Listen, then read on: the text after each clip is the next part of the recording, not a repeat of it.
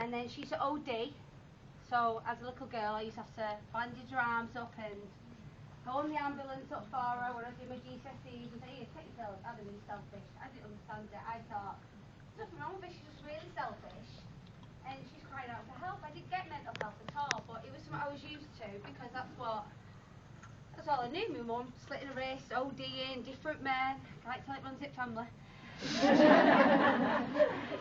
And that's how my life was. I got put into care when I was 13. Alright, easy. I had 4 sets of foster parents. I lived in 3 different refuges. I went to 8 different schools, so it wasn't the best childhood ever. And then I got in a girl band. I thought, oh my god, this is amazing. I'm going to be a pop star. I travelled the world while my mum was on the phone. I'm in Thailand. My mum's pissed up as a fart, having a fight with a fella. And he's beating me up again. I've slipped my wrist. Mum, I'm in Thailand. What do you want me to do? You know? And he's so angry with her. I thought, you selfish cow. What about me? The only daughter. No dad, no brothers, no sisters. And then I met my first husband. Oh, yeah. I met my first husband, and during that time of being age 14, I started taking drugs as well. My mum, I was in the toilet, my mum decided she wanted to be a lesbian. Not because I was in the toilet. She became a lesbian anyway. And I was only allowed to have supervised visits with my mum because of mental health issues. Manic depressive is what they used to call it. And I walked in these toilets and my mum had this bag of white powder. I was 14, you know, going through my adolescence, boobs are growing, well, boobs that grow when I was 19, size of them. You know, puberty, and this is how I thought this was normal. I said, what's that, Mum? She went, it's sherbet. Do you want some? And she went like that, put it in my mouth, and it was speed. So that young age, I thought, this is normal, this is what people do. So, you know, started dabbling in drugs with my mum, because she wasn't really my mum. I was the mum, she was the daughter. And I got into Atomic Kitten, got famous, this is great, like, you know, old life. Used to go back home to Warrington to 1-bedroom council flat, that was good. I met Brian, and got pregnant, and moved to Ireland, and left it all behind. And then my first husband decided to leave me for some trollop. And I had what they call, in medical terms, a nervous breakdown. So I started dabbling more with drugs again, and that was my way of grieving.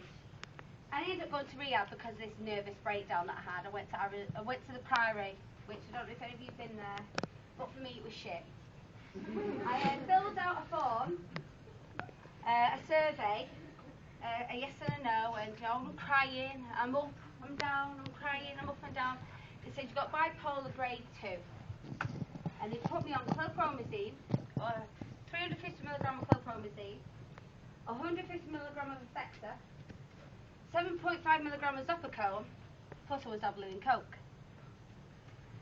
And I used to wake up in the morning, I couldn't even talk, my speech would be slur, you know, and it's like I had a stroke. I'd be dribbling from the mouth. It was really, really bad. Met my second husband. Oh, you know what? Forget about that. It's worth talking about, is it? Things got from bad to worse. And then I done a TV show called MTV on Crazy in Love. Oh, just crazy. And I went to Oxford University to see the professor on bipolar, who knows everything of the ins and outs of bipolar, and he diagnosed me, he done tests, he done all this, and he said to me, I'm going to have bipolar for the rest of my life. It's incurable. I'm going with medication every single day. There's nothing they can do about it. I'm the worst type of bipolar he's ever seen in all his career. He's been studying it for 30 odd years, maybe more. So I accepted that. Fine, fair enough. Carry on taking my medication. And then I done a TV show back in 2008. I don't know if any of you saw it, called This Morning.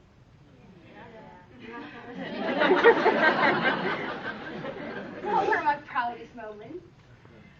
But I was clean, I wasn't on the drugs at the time, the A-class drugs, and this was purely medication. Now, I done a TV show the night before that called Celebrity Juice. Have you heard of that? Yeah. Well, my medication I was supposed to take at 8 o'clock at night. Because I was Celebrity Juice, we didn't finish till gone midnight.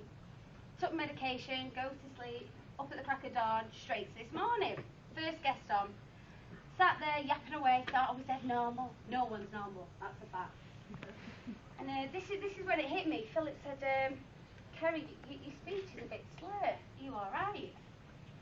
And I went, yeah. I said, I took my medication last night. I have an illness called bipolar. Then I got really pissed off. Because Fern said, are you an alcoholic? Have you been drinking? Never once on national TV did these two presenters say, what is bipolar and what medication are you on? They automatically presumed I was pissed because my speech was slur. And then the media frenzy and everyone's, oh my god, she's off red, and front page, Sherry Kerry, and it went completely out of control. I almost lost my Iceland contract.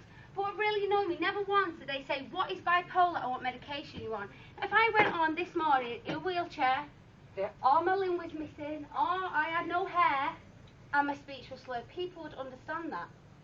Now when I used to have a psychiatrist, and trust me, I put a lot of them in business, my psychiatrist said to me, let the public know you've had a drug problem. Even let them know you've had a drink problem. Don't let them know you've got mental health issues, because they will not understand it. Because you can't see something, you don't understand it, you're ignorant to it. When I was going through my depression, I used to lie in my bed, I wouldn't wash, I wouldn't shower.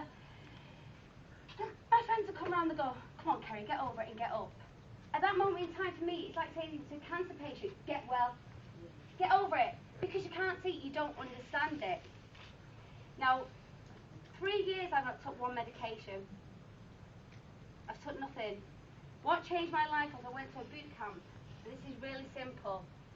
I was the laziest person in the world. I'll be bluntly honest with you. My regime of exercise was a kebab and then a line of cocaine. I love kebabs. That was my exercise regime, and taking all my medication and all that. And I went to a boot camp for 2 weeks in 2010, and it saved my life. 2 weeks, 6 hours a day of intense training, exercise, jogging, circuit training, eating healthily. The first time I felt amazing. No medication, no nothing, and the simplest little thing is eating healthily and exercise. Can you imagine how much money you would save the NHS if you got involved? For me, personally for me, medication, a lot of it, some people need it. Some stuff that you can't not use medication for, but for me, a lot of women, especially with our babies, go to the doctors feeling really depressed. And if they're left without a pill, they feel let down. It's a money-making scheme as far as I'm concerned, but some people do need it. But for me, exercise and eating healthily. I've been clean for 3 years. I've not touched cocaine or medication. I've turned my life around, and I'm really thankful for this morning. For the speech slur and all that kind of crap. Stop laughing, I'm talking!